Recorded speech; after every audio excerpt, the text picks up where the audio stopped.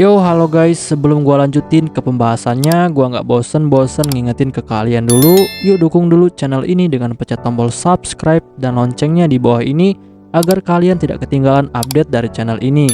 Dan juga like dan share ke kawan-kawan kalian, biar di channel ini semakin dikenal banyak orang. Pastinya dukungan dari kalian sangat gua butuhin, untuk ngebuat gua terus semangat dan terus update ke depannya. Oke, kalau gitu, kita langsung lanjut aja ke pembahasannya.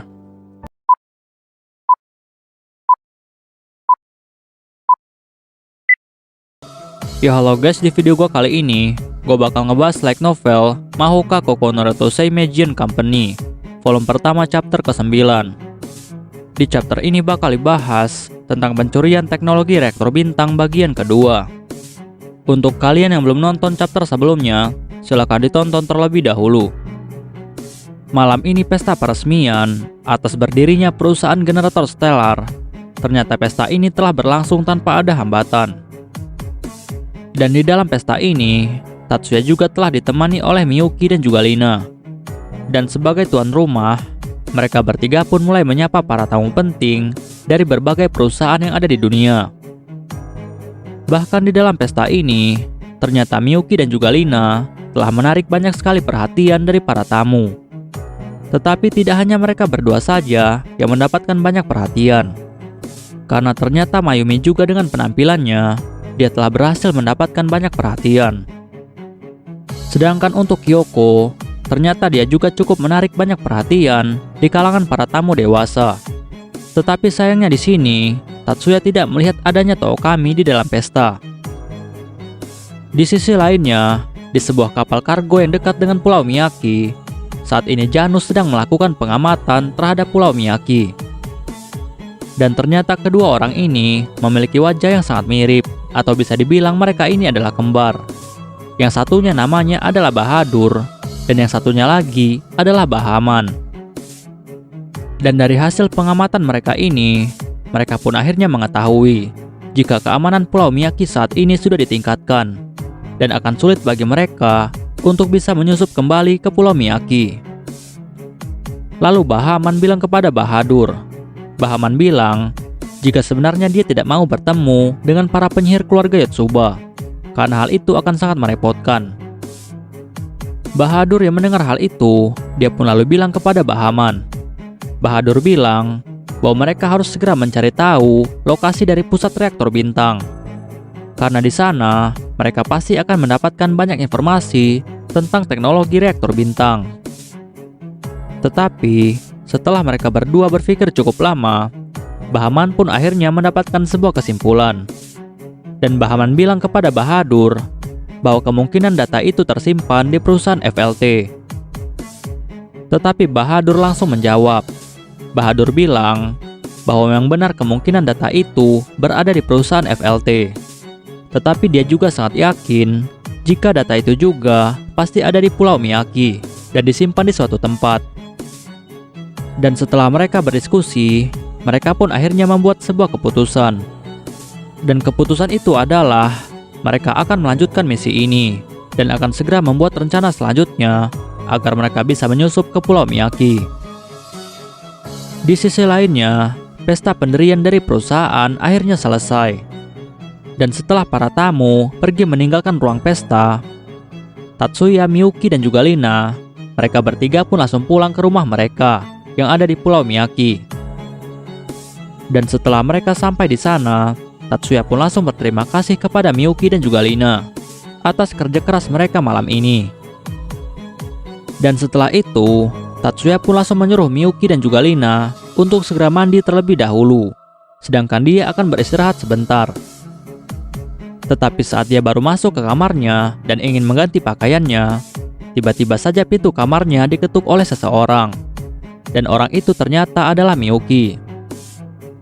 Sedangkan Tatsuya yang melihat Miyuki, dia pun sedikit agak terkejut.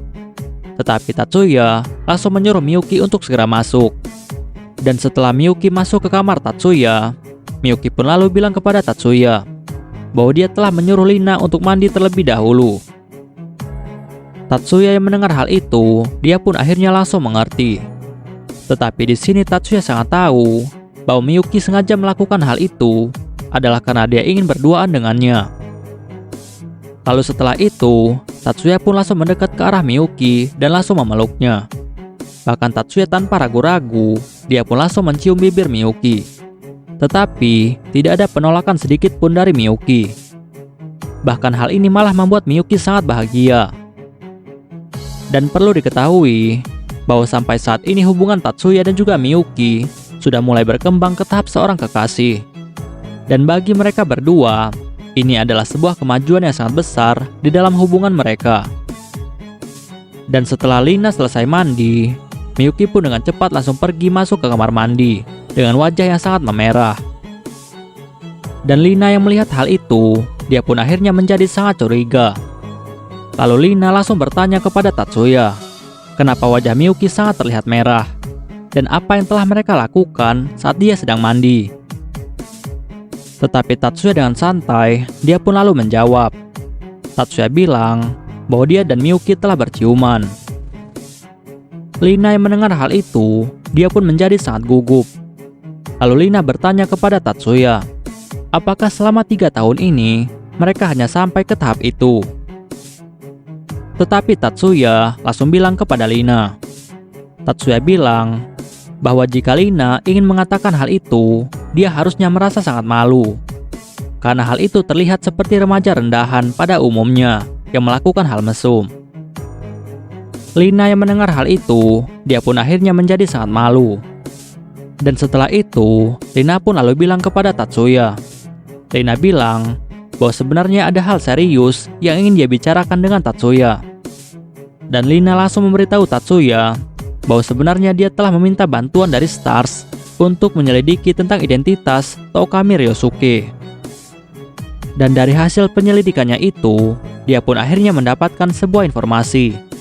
Dan informasi itu mengatakan jika Tookami Ryosuke adalah salah satu anggota dari organisasi internasional, yaitu FVHR. Tatsuya yang mendengar hal itu, dia pun lalu bilang kepada Lina.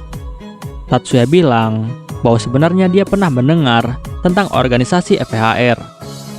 Dan organisasi FVHR adalah sebuah organisasi yang didirikan pada tahun 2095. Dan organisasi ini bertujuan untuk menjamin hak asasi para penyihir, dan kantor pusatnya ada di wilayah Vancouver. Tetapi Lina lalu memberitahu Tatsuya. Lina bilang kepada Tatsuya bahwa sebenarnya organisasi FVHR sedang berada dalam pengawasan FBI karena organisasi ini dicurigai sebagai organisasi teroris. Tetapi sampai saat ini, pihak USNA belum bisa melakukan tindakan karena saat ini mereka masih dalam pengawasan. Tetapi walaupun begitu, keadaan di sana ternyata tidak cukup baik karena pemimpin dari organisasi FVHR adalah seorang penyihir yang sangat berkarisma dan mampu menarik banyak orang. Bahkan karena kemampuannya itu, dia pun akhirnya mendapatkan sebuah julukan. Dan julukannya itu adalah Saint atau wanita suci. Bahkan semua anggota organisasi FVHR, ternyata mereka semua memiliki kesetiaan yang sangat tinggi kepada pemimpin mereka, yaitu Rena Cavalier. Tetapi mereka ini bisa disebut sebagai orang fanatik yang sudah tertarik dengan karisma yang dimiliki oleh Rena. Bahkan dia sangat yakin jika semua anggota FVHR akan rela melakukan apapun untuk Rena, meskipun mereka harus berkorban nyawa. Tatsuya yang mendengar hal itu, dia pun menjadi sangat terkejut. Lalu Tatsuya bertanya kepada Lina, orang seperti apa Rena itu? Tetapi sebelum Lina bisa menjawab, tiba-tiba saja Miyuki akhirnya datang. Dan Miyuki dengan cepat langsung bertanya kepada Tatsuya, apa yang sedang dia bicarakan dengan Lina? Lalu Tatsuya bilang kepada Miyuki. Tatsuya bilang bahwa sebenarnya Lina telah melakukan penyelidikan tentang identitas dari Tookami Ryosuke. Dan ternyata Tookami itu adalah anggota dari organisasi FVHR. Dan setelah itu, Lina pun langsung menunjukkan informasi tentang pemimpin organisasi FVHR, yaitu Rena Cavalier. Lina bilang kepada mereka berdua bahwa pemimpin FVHR itu adalah Rena Cavalier. Dan menurut informasi yang telah dia dapatkan, Rena itu lahir pada tahun 2070 di negara Prancis. Dan pada tahun 2081, dia pun lalu pindah ke wilayah Vancouver. Dan di sana dia lalu mendirikan sebuah organisasi yang bernama FPHR. Tetapi diketahui juga, ternyata Rena ini memiliki suatu kelainan fisik. Dan kelainannya itu membuatnya tidak bisa menua. Bahkan dia saat ini terlihat seperti seorang wanita yang usianya masih belasan tahun. Padahal usia aslinya adalah 29 tahun. Dan kelainan ini disebut dengan sindrom anageria. Sindrom anageria adalah suatu kelainan fisik yang membuat penderitanya mengalami perlambatan penuaan. Miyuki yang mendengar hal itu, dia pun lalu bertanya kepada Tatsuya, apakah sindrom ini adalah suatu penyakit yang berbahaya? Dan Tatsuya pun lalu menjawab. Tatsuya bilang kepada Miyuki bahwa walaupun Rena itu tidak menua, tetapi hal itu bisa dikatakan jika Rena itu tidak sehat. Dan setelah itu, Lina pun lalu bilang kepada Miyuki dan juga Tatsuya. Lina bilang bahwa alasan pemerintah selama ini tidak bisa menangkap Rena Cavalier adalah karena pemerintah tidak bisa mendeteksi sihir berbahaya dari Rena. Karena sihir Rena itu ternyata sangat unik, bahkan dinilai tidak berbahaya. Dan menurut rumor yang beredar, Rena itu ternyata adalah seorang penyihir gangguan mental. Tetapi sihir gangguan mental yang dia miliki ternyata bukanlah tipe serangan, tetapi lebih kepada penenang hati. Tatsuya yang mendengar hal itu, dia pun akhirnya mulai menyadari bahwa alasan Rena bisa menarik banyak orang adalah karena Rena memiliki sihir gangguan mental yang bisa membuat hati seseorang menjadi nyaman. Sehingga banyak orang yang mulai tertarik kepada Rena, bahkan mulai mengikutinya. Lalu setelah itu, Lina juga bilang kepada Tatsuya. Lina bilang kepada Tatsuya bahwa jenis sihir yang dimiliki oleh Rena hampir sama fungsinya dengan narkoba. Karena sihir ini bisa memberikan kesenangan kepada seseorang sehingga membuat orang itu menjadi kecanduan dengan kesenangan yang diberikan oleh Rena. Bahkan banyak orang yang rela melakukan apapun asalkan mereka bisa bersama dengan Rena. Dan kemampuannya ini sangatlah menjengkelkan. Miyuki yang mendengar hal itu, dia pun akhirnya mulai menyadari jika Rena ini sebenarnya adalah pemimpin yang jahat di dalam, tetapi terlihat baik di luar. Lalu Miyuki bertanya kepada Lina, apakah kemungkinan Tookami sudah tertarik dengan Rena? Dan Lina pun lalu menjawab. Lina bilang kepada Miyuki bahwa kemungkinan hal itu memanglah benar. Tetapi dia juga sangat yakin jika Tookami itu pasti memiliki alasan yang lebih kuat. Dan alasan Tookami datang ke sini pasti karena Rena lah yang telah menyuruhnya. Sehingga karena itulah mereka harus waspada kepada Tookami mulai dari sekarang. Tatsuya dan juga Miyuki yang telah mendengar hal itu, mereka pun akhirnya mulai mengerti. Oke guys, pembahasan kita di chapter kali ini selesai sampai di sini dulu, dan kita bakal lanjut lagi di chapter selanjutnya. Gua nggak bosan-bosan ingetin ke kalian untuk dukung channel ini dengan pencet tombol subscribe, like, share ke kawan-kawan kalian biar channel ini semakin dikenal banyak orang. Dan untuk kalian yang ingin mendukung channel ini dengan berdonasi, silakan cek link donasinya yang ada di deskripsi. Oke guys, see you next time. Bye bye.